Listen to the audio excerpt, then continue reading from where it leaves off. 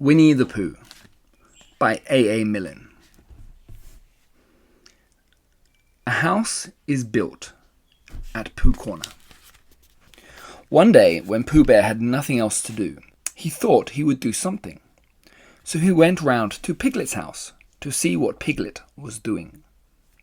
It was snowing as he stumped over the white forest track, and he expected to find Piglet warming his toes in front of his fire.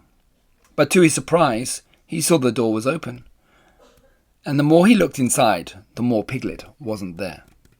"He's out," said Pooh sadly. "That's what it is. He's not in. I shall have to go a fast-thinking walk by myself. Bother." But first, he thought he would knock very loudly just to make quite sure. And while he waited for Piglet not to answer, he jumped up and down to keep warm. And a hum came suddenly into his head, which seemed to him a good hum, such as a hummed hopefully to others. "The more it snows, diddly-bom, the more it goes, diddly-bom, the more it goes, diddly-bom, on snowing. And nobody knows, tiddly-bom, how cold my toes, tiddly-pom, how cold my toes, tiddly-pom, are growing." "So that's what I'll do," said Pooh, I'll do this. I'll just go home first and see what the time is. And perhaps I'll put a muffler around my neck, and then I'll go and see Eeyore and sing it to him." He hurried back to his own house, and his mind was so busy on his way with the hum that he was getting ready for Eeyore that when he suddenly saw Piglet sitting in his best armchair, he could only stand there rubbing his head and wondering whose house he was in. "I thought you were out." "No," said Piglet, "it's you who are out, Pooh." "So it was," said Pooh. "I knew one of us was." He looked at his clock, which had stopped at 5 minutes to 11 some weeks ago. "Nearly 11 o'clock, said Pooh happily. "You're just in time for a little smackerel of something." And he put his head into the cupboard. "And then we'll go out, Piglet, and sing my song to Eeyore." "Which song, Pooh?" "The one we're going to sing to Eeyore," explained Pooh. The clock was still saying 5 minutes to 11 when Pooh and Piglet set out on their way half an hour later. The wind had dropped, and the snow, tired of rushing round in circles trying to catch itself, now fluttered gently down until it found a place on which to rest. And sometimes the place was Pooh's nose, and sometimes it wasn't. And in a little while Piglet was wearing a white muffler around his neck and feeling more snowy behind the ears than he had ever felt before.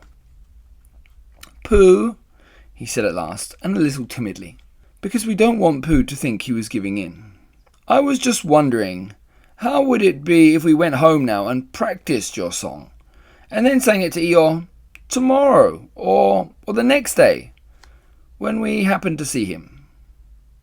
"That's a very good idea, Piglet," said Pooh. "We'll practice it now as we go along, but it's no good going home to practice it, because it's a special outdoor song, which has to be sung in the snow." "Are you sure?" asked Piglet anxiously. "Well, you see, Piglet, when you listen, because this is how it begins. The more it snows, tiddly-pom." "Tiddly what?" said Piglet. "Pom," said Pooh. "I put that in to make it more hummy. The more it goes, tiddly-pom, the more—" "Didn't you say snows?" "Yes, but that was before." "Before the tiddly-pom?" "It was a different tiddly-pom," said Pooh, feeling rather muddled now. "I'll sing it to you properly, and then you'll see." So he sang it again. "The more it snows, tiddly-pom, the more it goes, tiddly-pom, the more it goes, tiddly-pom, on snowing. And nobody knows, tiddly-pom, how cold my toes, tiddly-pom, are growing." He sang it like that, which is much the best way of singing it, and when he had finished, he waited for Piglet to say that of all the outdoor hums for snowy weather he had ever heard, this was the best. And after thinking the matter out very carefully, Piglet said, "Pooh," he said solemnly, "it isn't the toes so much as the ears." By this time they were getting near Eeyore's gloomy place, which was where he lived, and as it was still very snowy behind Piglet's ears and he was getting tired of it, they turned into a little pine wood and sat down on the gate which led into it. They were out of the snow now, but it was very cold, and to keep themselves warm, they sang Pooh's song right through 6 times. Piglet doing the tiddly-poms and Pooh doing the rest of it, and both of them thumping on the top of the gate with pieces of stick at the proper places. And in a little while they felt much warmer and able to talk again. "I've been thinking," said Pooh, "and what I've been thinking is this. I've been thinking about Eeyore." "What about Eeyore?" "Well, poor Eeyore has nowhere to live." "Nor he has," said Piglet. "You have a house, Piglet, and I have a house. And they are very good houses, and Christopher Robin has a house, and Owl and Kanga and Rabbit have houses, and even Rabbit's friends and relations have houses or something. But poor Eeyore has nothing. So what I've been thinking about is, let's build him a house." "That," said Piglet, "is a grand idea." "Where shall we build it?" "We'll build it here," said Pooh. "Just by this wood, out of the wind, because this is where I thought of it. And we will call this Pooh Corner. And we will build an Eeyore house with sticks at Pooh Corner for Eeyore." "There was a heap of sticks on the other side of the wood," said Piglet. "I saw them, lots and lots, all piled up." "Thank you, Piglet," said Pooh. "What you have just said will be of great help to us. And because of it, I will call the place Pooh and Piglet Corner, if Pooh Corner didn't sound better, which it does, being smaller and more like a corner. Come along." So they got off the gate and went round to the other side of the wood to fetch the sticks. Christopher Robin had spent the morning indoors going to Africa and back, and he had just got off the boat and was wondering what it was like outside, when who should come knocking at the door but Eeyore. "Hello, Eeyore," said Christopher Robin as he opened the door and came out. "How are you?" "It's snowing still," said Eeyore gloomily. "So it is." "And freezing." "Is it?" "Yes," said Eeyore. "However," he said, brightening up a little, "we haven't had an earthquake lately." "What's the matter, Eeyore?" "Nothing, Christopher Robin, nothing important. I suppose you haven't seen a house or what-not anywhere about?" "What sort of a house?" "Just a house." "Who lives there?" "I do. At least I thought I did. But I suppose I don't. After all, we can't all have houses." "But Eeyore, I didn't know. I always thought—" "I don't know how it is, Christopher Robin, but what with all this snow and one thing and another, not to mention icicles and such alike, it isn't so hot in my field about 3 o'clock in the morning, as some people think it is. It isn't close, if you know what I mean. Not so as to be uncomfortable. It isn't stuffy. In fact, Christopher Robin," he went on in a loud whisper, "quite between ourselves, and don't tell anybody, it's cold." "Oh, Eeyore." "And I said to myself, the others will be sorry if I'm getting myself all cold. They haven't got brains, any of them, only grey fluff that blown into their heads by mistake. And they don't think. But if it goes on snowing for another 6 weeks or so, one of them will begin to say to himself, Eeyore can't be so much hot about 3 in the morning. And then it will get about, and then they'll be sorry." "Oh, Eeyore," said Christopher Robin, feeling very sorry already. "I don't mean you, Christopher Robin, you're different. So what it all comes to is that I build myself a house by my little wood." "Did you really? How exciting!" "The really exciting part," said Eeyore in his most melancholy voice, "is that when I left it this morning it was there, and when I came back it wasn't. Not at all. Very natural. It was only Eeyore's house. But still I just wondered."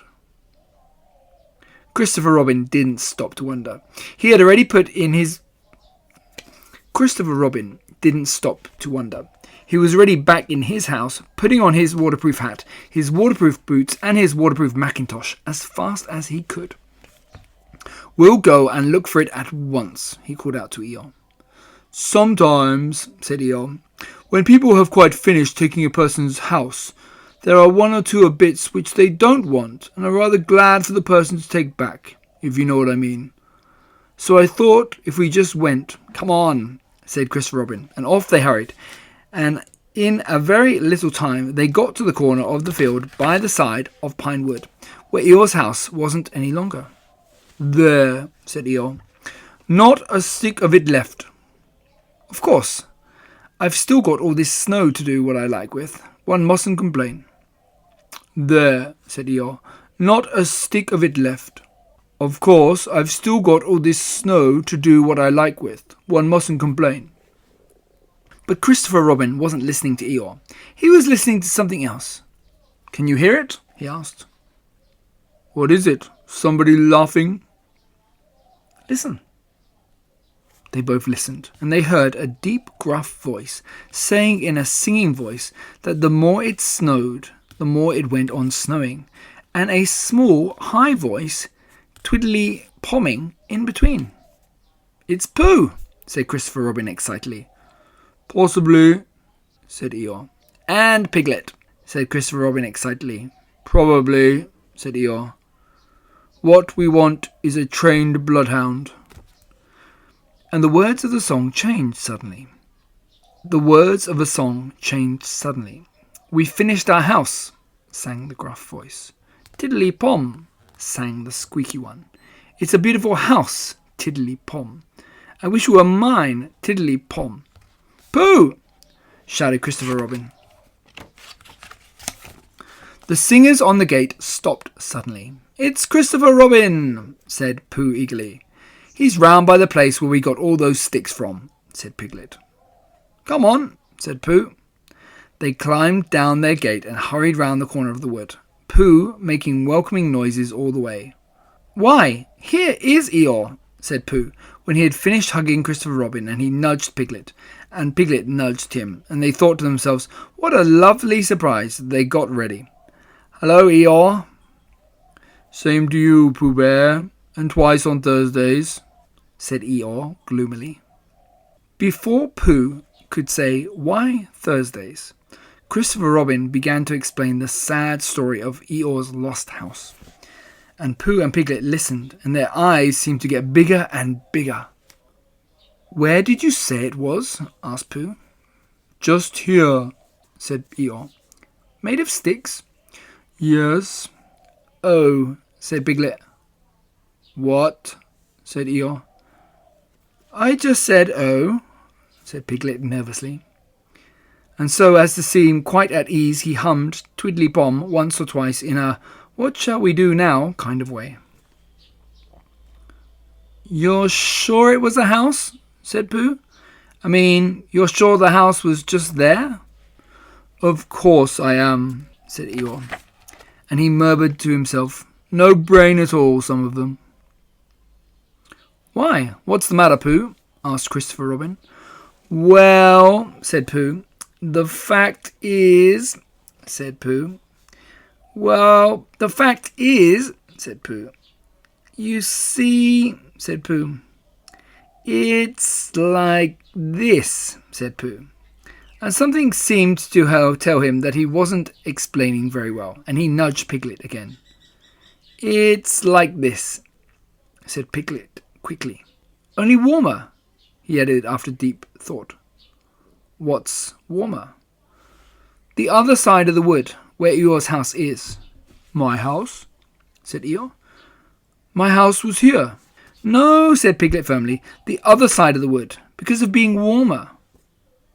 "But I ought to know." "Come and look," said Piglet simply, and he led the way. "There wouldn't be two houses," said Pooh, "not so close together." They came round the corner, and there was Eeyore's house, looking as comfy as anything. "There you are," said Piglet. "Inside as well as out," said Pooh proudly. Eeyore went inside and came out again. "It's a remarkable thing," he said. "It is my house, and I built it where I said I did, so the wind must have blown it here, and the wind blew it right around the wood and blew it down here, and here it is as good as ever. In fact, better in places." "Much better," said Pooh and Piglet together. "It just shows what can be done by taking a little trouble. Do you see, Pooh? Do you see, Piglet? Brains first, then hard work. Look at it. That's the way to build a house," said Eeyore proudly. So they left him in it, and Christopher Robin went back to lunch with his friends Pooh and Piglet, and on the way they told him of the awful mistake they had made. And when he had finished laughing, they all sang the outdoor song for snowy weather the rest of the way home. Piglet, who was still not quite sure of his voice, putting in the twiddly bombs again. "And I know it seems easy," said Piglet to himself, "but it isn't everyone who could do it."